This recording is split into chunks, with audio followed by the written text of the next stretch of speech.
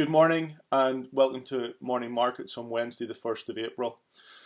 I thought today the first thing we do would just be to reflect on a historic and volatile first quarter, just to give a couple of key snapshots and thoughts around that. What did we see? Well, we saw equity markets reach all-time highs in the middle of February to subsequently enter a bear market in very quick order. By the 12th of March, we'd fallen by more than 20% across the key global equity markets. Then we did see a significant rebound into quarter end, and that resulted in with the FTSE being down about 24% for the quarter, the Dow in the US being down 23%. Volatility, as we've all experienced and seen, has been very elevated through the quarter, and it remains so today.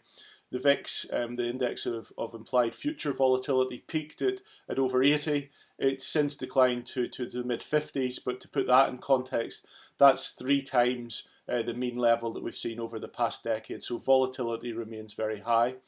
Volatility, I think, is, yes, very evident as we've seen in the equity market, but then if we look at government debt markets, it's even more stark, I think. If we look at the US Treasury, the 10-year there, the yield in that has traded from 0.31 at its low to a high of 1.94% at the beginning of the quarter. And in similar fashion, 10-year gilts in the UK have moved from a low of 0.15 to 2.82. So a very significant range for those government bills. The other key thing is looking for things that have performed well through the quarter. They're few and far between. We can say that alternatives have worked and have delivered. So if we look at some of the alternative strategies, but also if we're looking at gold as a precious metal, it's delivered its safe haven characteristics through the quarter. And also a number of currencies, the US dollar, Japanese yen, those that are deemed to be safe haven in the eye of the storm. The other big standout for the quarter, obviously, as we've discussed previously, has been the oil price, where we've seen demand shock come through from COVID-19, but also the ongoing difficulties within OPEC Plus and Russia. So if we look at West Texas in the US, we've seen that oil benchmark fall about 65% through the course of the quarter. Overnight news, what have we been discussing? One, a slightly weaker performance of the US market into the close yesterday. I think a combination of quarter end, but also just some commentary from President Trump around the impact of COVID-19 in the US and what that may or may not do over the coming weeks. So that's something to continue to watch for.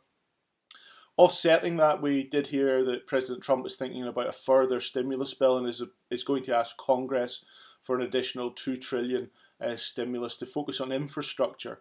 This is something that has been discussed in the past and was a key part of President Trump's initial election campaign, and something that he is looking to reinvigorate at this point in time by speaking with Congress. In Asia, we have seen additional stimulus from Japan, where Prime Minister Abe is moving through a package of $555 billion. That's equivalent to approximately 10% of GDP. So again, stepping in with fiscal stimulus where the COVID-19 is having a significant impact on the economic environment. Other things that we discussed this morning was the PRA's letter to the main UK banks, and following on what we've seen from Europe, effectively asking the banks not to make their dividend payments for the financial year 2019, and then also for 2020 not to be setting aside funds to fund the dividend. In addition to asking for them not to make dividend payments, the banks have also agreed not to move forward with any share buyback plans. This is significant. It does have implications for income. If we look at the impact on some of the stocks overnight, we've seen HSBC and Standard Chartered, both which trade in Hong Kong, trading down about 9% and 6% respectively. This is something that we'll come back to, given the implications that it does have for income. As we approach then a new quarter, what can we say? Volatility, I think, will remain with us. We need to navigate our way through, from a health perspective, the implications of COVID-19, and then thinking about what that is meaning for the economy.